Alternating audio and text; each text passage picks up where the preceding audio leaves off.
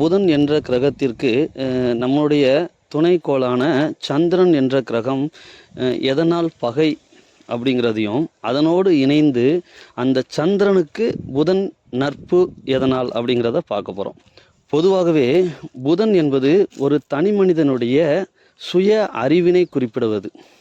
சந்திரன் என்பது அந்த மனிதனின் மனதினை குறிக்கக்கூடியது. அதனாலவே மனிதனுடைய சுய அறிவு என்பது எப்போதும் அவனுடைய மனதின் எண்ணங்களை வெறுக்கவே செய்யும். அதாவது மனசாட்சியினை எப்போதும் வெறுக்கவே செய்யும். உதாரணமாக ஒரு 1 ஏக்கர் இடம் உங்கள் பேரில் இருக்குதுன்னு வைங்களேன். அதற்கு பக்கத்தில் ஒரு 10 சென்ட் தான் அந்த இடம் கேட்பாரற்ற ஒரு புறம்போக்கு இடமாக இருக்கிறது அப்படின்னா, அந்த 1 ஏக்கருக்கு நீங்கள் வேலையை போடுறப்ப உங்களுடைய அறிவு என்பது என்ன சொல்லும் அப்படின்னா, என்ன பண்ணு அப்படின்னா, அந்த 1 ஏக்கர் 10 சென்ட்டுக்கும் வேலையை போடு அப்படின்னு சொல்லும். ஆனால் அந்த வேலையை போட்டு கொண்டிருக்கும்போது அதை பார்க்குறப்ப உங்களுடைய மனம் என்ன சொல்லும் அப்படின்னா, இல்லை வேண்டாண்டா, அது தப்பு, தவறு அப்படின்னு சொல்லும். இதைத்தான் மனதினுடைய சாட்சிகள் என்று சொல்கிறாங்க. இந்த மனதினுடைய எண்ணங்கள் உங்களோடு பேசிக்கொண்டு இருக்கும்போது, அதாவது உங்கள் மனசாட்சி உங்களோடு பேசிக்கொண்டிருக்கும் போது, எண்ணோட்டங்களாக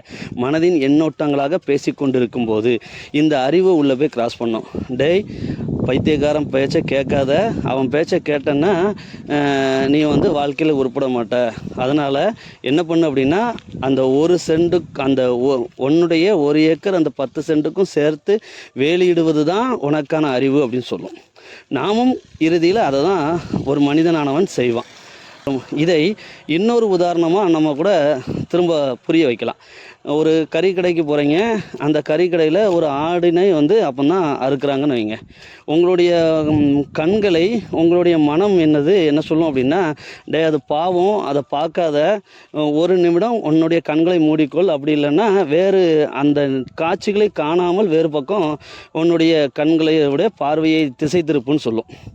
ஆனால் அப்படின்னா, முட்டாப்பையில் வேற எங்கேயும் பார்க்காத, உன்னோட கண்களை மூடாத, கண்ணை திறந்து பாரு, அந்த வெட்டப்படுகின்ற ஆடு குறும்பாடான்னு பாரு, இல்லைன்னா அடுத்த கடையை போய் நீ தேடு அப்படின்னு சொல்லும். இறுதியில் நம்ம ஒரு இறைச்சி எடுத்துகிட்டு வரோம் அப்படின்னா, ஒரு குறும்பாட்டு இறைச்சியை தான் நம்ம வீட்டுக்கு எடுத்துகிட்டு வந்து ஆகணும். இது நடைமுறையானது. அப்போ ஒரு மனிதனுடைய அறிவு என்பது எப்போதுமே அந்த மனிதனுக்கான சுய நலன்களை மட்டுமே பேணி பாதுகாக்கும்.